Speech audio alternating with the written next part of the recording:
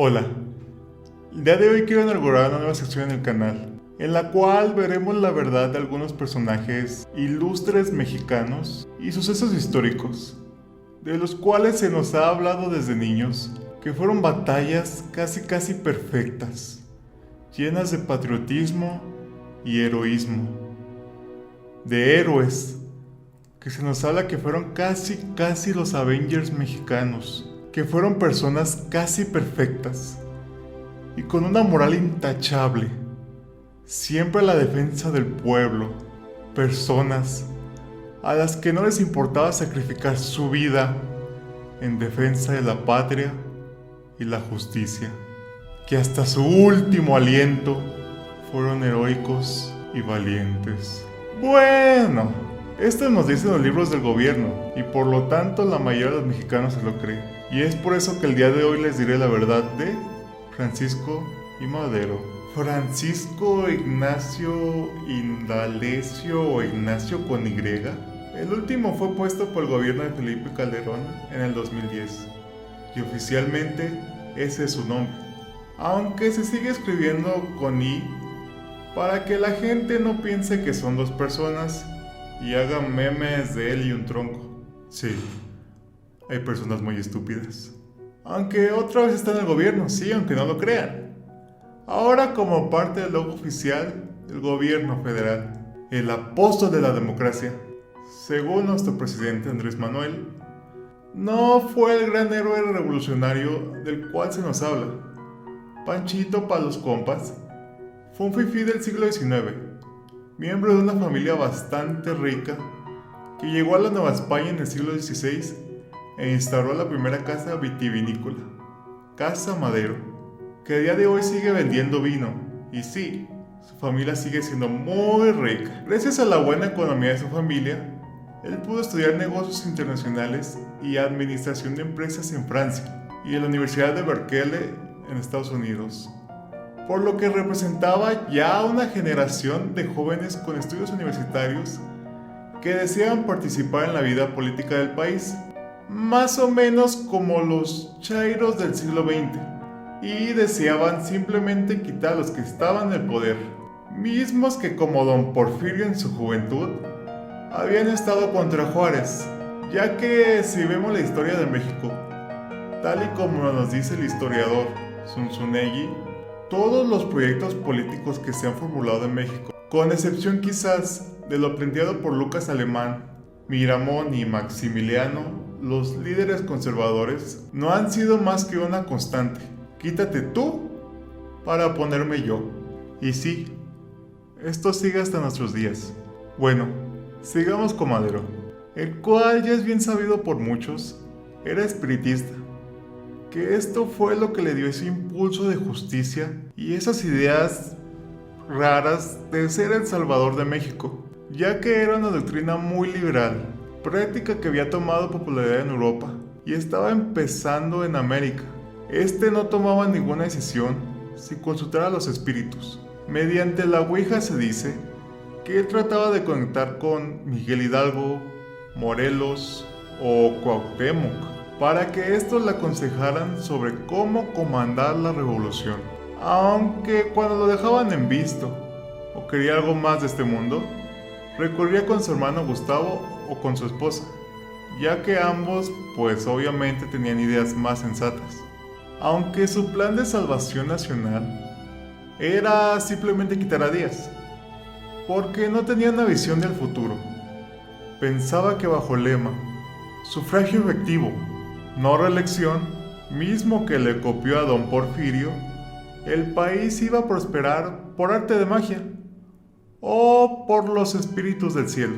Díaz también ya estaba en planes de dejar la presidencia, pero Madero, después de proclamar el plan de San Luis, sin idea de todo lo malo que iba a hacer, soltó a la bestia, llamando a todo el país a levantarse en armas, dando inicio a otra serie de matanzas que no había tenido el país desde su independencia. Esta fue una situación que literalmente todos aprovecharon para hacer cumplir sus intereses. Primero Zapata por el sur, un hacendado que después de pelear por la vía legal sus tierras y las de los indígenas, veía las armas como una muy buena opción para recuperarlas. Y por el norte tenía un bandido que vio la oportunidad de limpiar su imagen y mostrar sus dotes militares, aunque carecía totalmente de ellos. Estos organizaron a su gente, principalmente obreros, campesinos y gente pobre, para apoyar ciegamente a Madero y derrocar al dictador, según ellos, de Díaz, pensando que así tendrían el cumplimiento de sus demandas y que iba a llegar otra transformación y que todo iba a prosperar.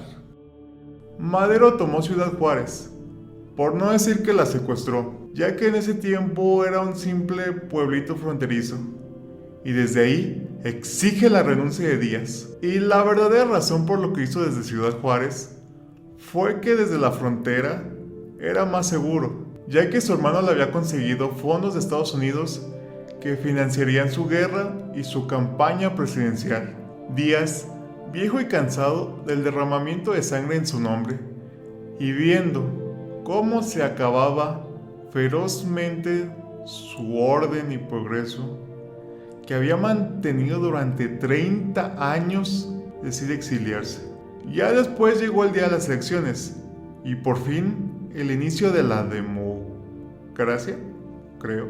Obviamente ganó Madero porque, él no iba a quitar a un presidente por medio de las armas para que otro ganara las elecciones. Así como ¿cómo era el que decía que también ya existía democracia, pero se puso de presidente a la fuerza como 4 veces? No lo sé.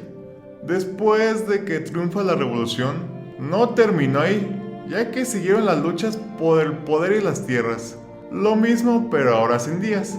Además de que el gabinete de Madero se constituía principalmente de miembros del antiguo gobierno.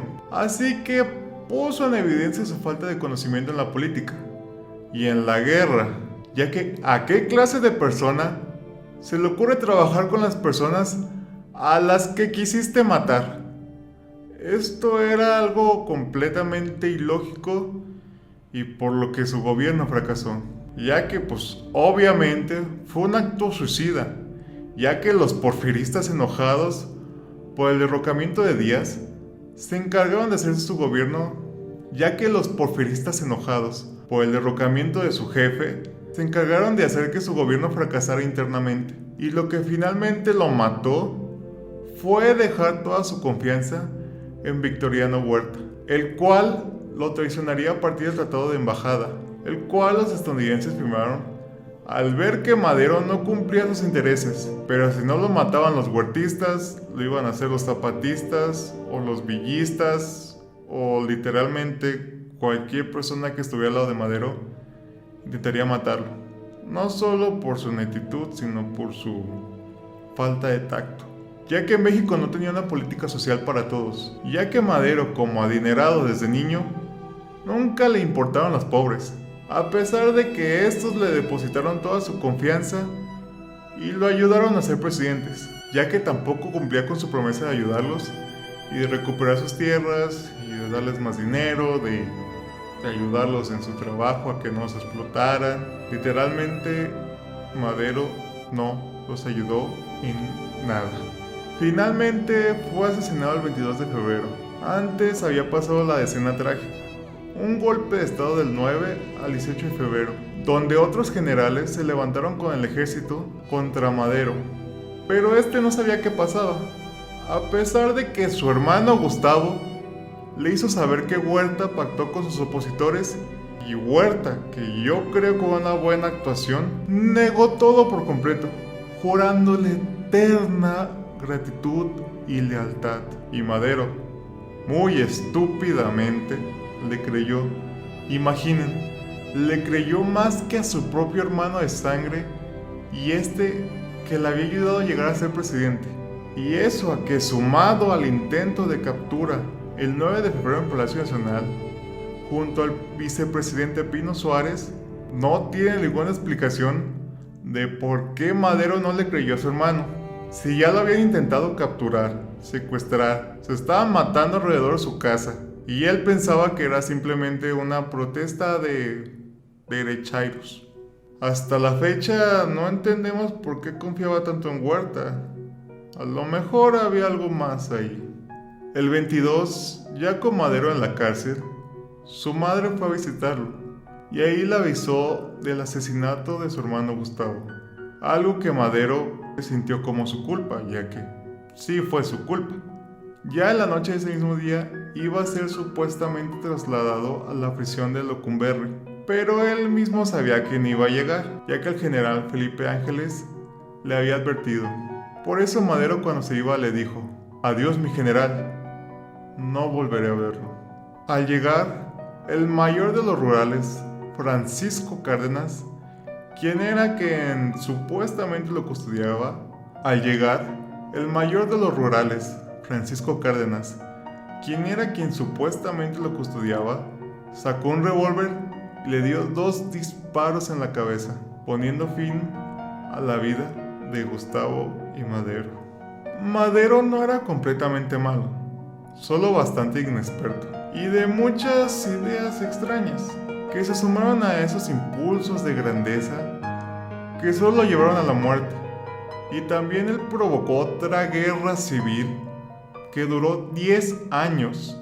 Pero sí, algo que ayudó a Madero fue a formar lo que hoy es México. Pero se le ha dado un puesto en la historia como un gran héroe nacional y uno de los mejores presidentes. Aunque duró como año y medio en el poder, literalmente no pudo hacer nada, pero se le sigue diciendo que es uno de los mejores presidentes en la historia de México. Pero realmente Madero perjudicó más de lo que ayudó, así que es mejor quitarle ese estandarte estúpido de apóstol de la democracia, ya que fue igual o peor que el dictador supuesto de Díaz.